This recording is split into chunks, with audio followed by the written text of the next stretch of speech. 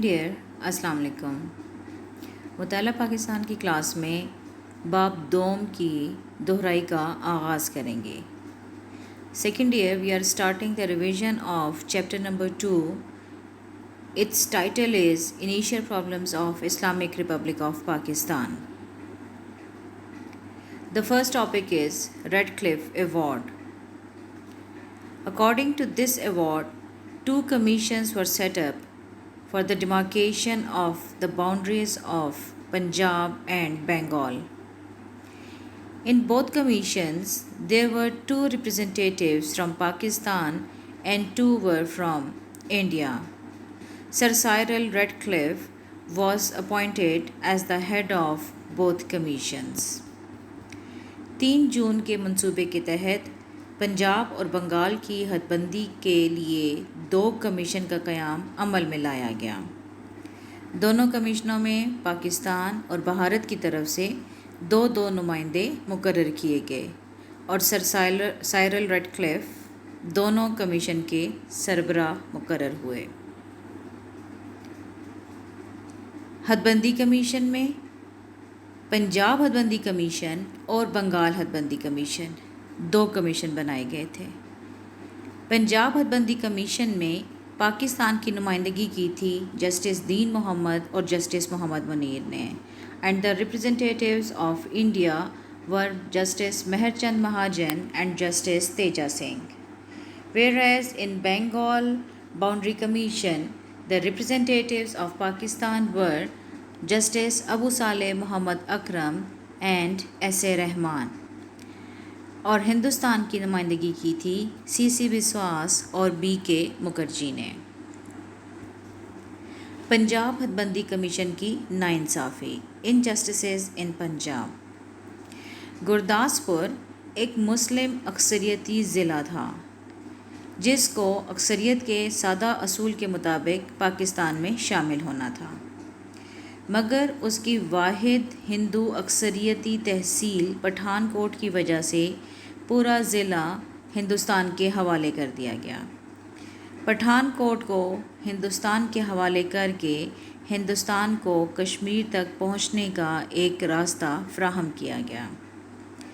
بٹالہ میں 70% مسلمانوں کی آبادی تھی، لیکن وہ تحصیل بھی ہندوستان کے حوالے کر دی گئی. اسی طرح سے فیروز پور اور زیرہ کی مسلم اکثریتی تحصیلیں بھی ہندوستان کے حوالے کر دی گئیں. انجسٹسز ان بنگال میں حد بندی کمیشن کی ناانصافی.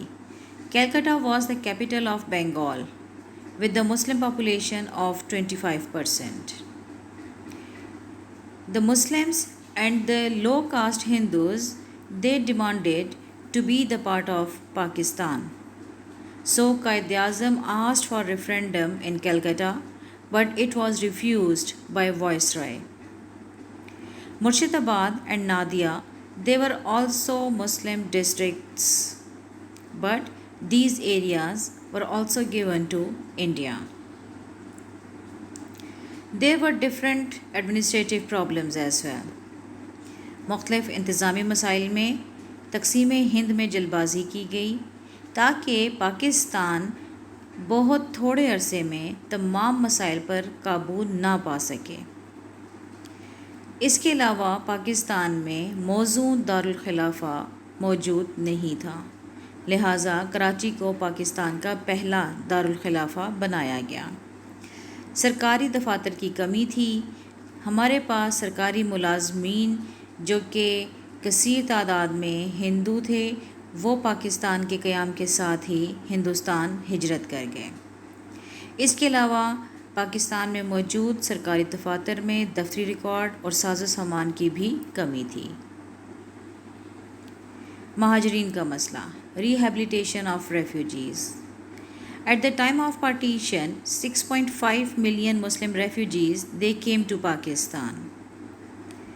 There were so many problems as their accommodation problem, basic needs and jobs were not there for those people, and they were facing a lot of psychological problems.